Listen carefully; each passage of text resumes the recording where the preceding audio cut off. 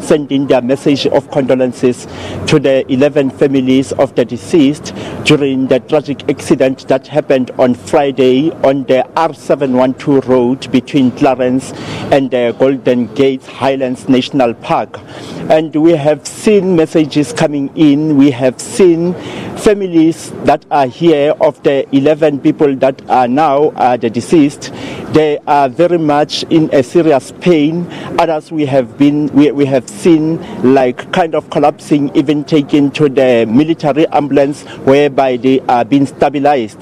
But next to me here we are having the Minister of Defense and Military Veterans, Minister Mapisa-Nqakula, who will be talking to her about what has been taking place in here and what was her message. Afternoon to you, Minister, and can you take us through what has it been like to be in here with messages that have been coming, and what was your message from the Department of Defense and Military Veterans? Well, thank you very much. Good afternoon, and good afternoon to the listeners. Good afternoon, South Africa. Indeed, it is a sad day. It is a somber moment for us in the South African National Defence Force. We are here grieving and mourning for 11 of our own women on Women's Month. We're on their way to celebrate the 60th anniversary of the Women's March to Pretoria. It's a very sad day that the only way in which we could showcase that we have scores of women who are now in the South African National Defence Force, which is something people were fighting for, that we should have equality in this country, that we should have in all structures at all levels of everything. We must have both men and women of the nation. Now, the only way now in which we showcase that is to tell people that we have lost 11 women. That's very, very unfortunate, but thy will shall be done. It's out of our hands. It is not of our making. These are women who were very, very young at the prime of their lives and prime of their careers in the South African National Defence Force.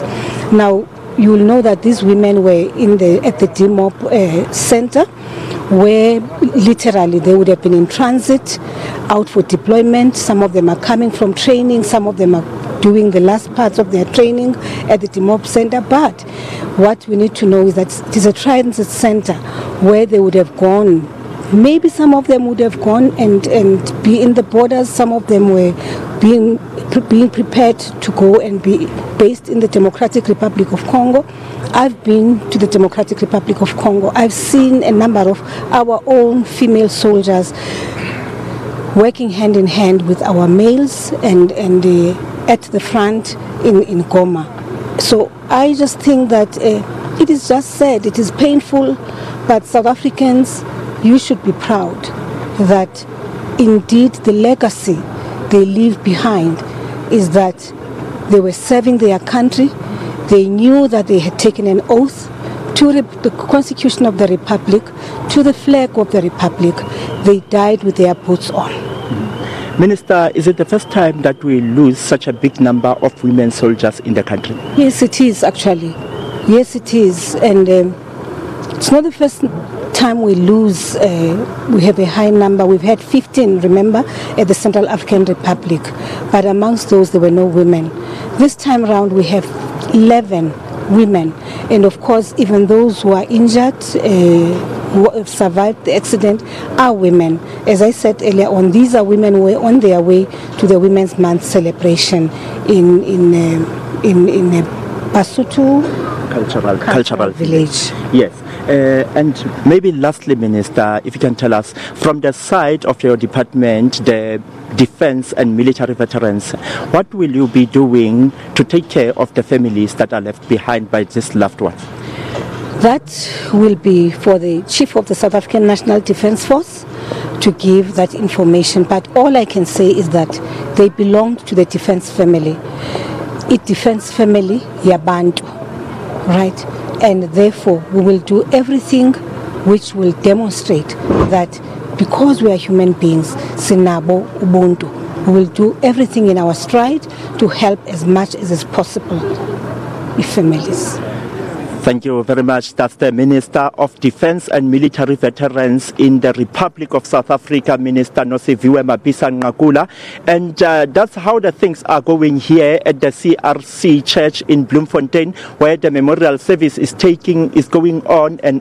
And various speakers have been speaking. We also have the courtesy of the Chief of the National Defence Force, who is General Solishoke. General, good afternoon and welcome. Good afternoon. Yes. A somber moment that we are sharing here with the bereaved families and with the family of the South African National Defence Force, General. General, can you take us through how has it been like when you first started to hear about this? Well, as a Chief of the South African National Defence Force, to lose a soldier is too much. But then to lose 11 that they go, it is something that is sad and painful. What is the message that you are sending through, maybe coming from this very particular service of the memorial, whereby we are remembering these 11 souls? Well, what I can say is that the nation has lost 11 servants, because soldiers are there in fact to serve the people in the nation. They are there to ensure peace and stability in the country and in the region. Therefore, their loss is a loss to us, in fact, as a family of the Defence Force, but it's also a loss to the nation. And then the families of the deceased, those that have lost their loved ones, who probably might have been the breadwinners and maybe in very different ways have been looking after their families. What will you be doing as the SANDF?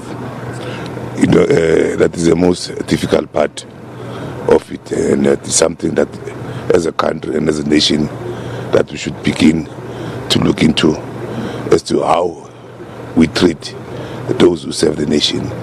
But be that as it may, in the SANDF we do have an education trust which actually relies on donors, and it is at this juncture that I'll appeal to all South Africans to support the SANDF Education Trust, because it is meant for issues like this. But however, we cannot only rely on the goodwill of the people. I think also as a government we should begin to think something to ensure that we contribute to at least the education of a child of a soldier. Well, that's the Chief of the South African National Defence Force, General Solishoke, who has just been speaking to us and outlining the details and how things have been like and how they feeling like as the national South African National Defence Force. And back to you at the studio. Cornelo, thank you very much. Cornelo Legafola, live from Bloemfontein.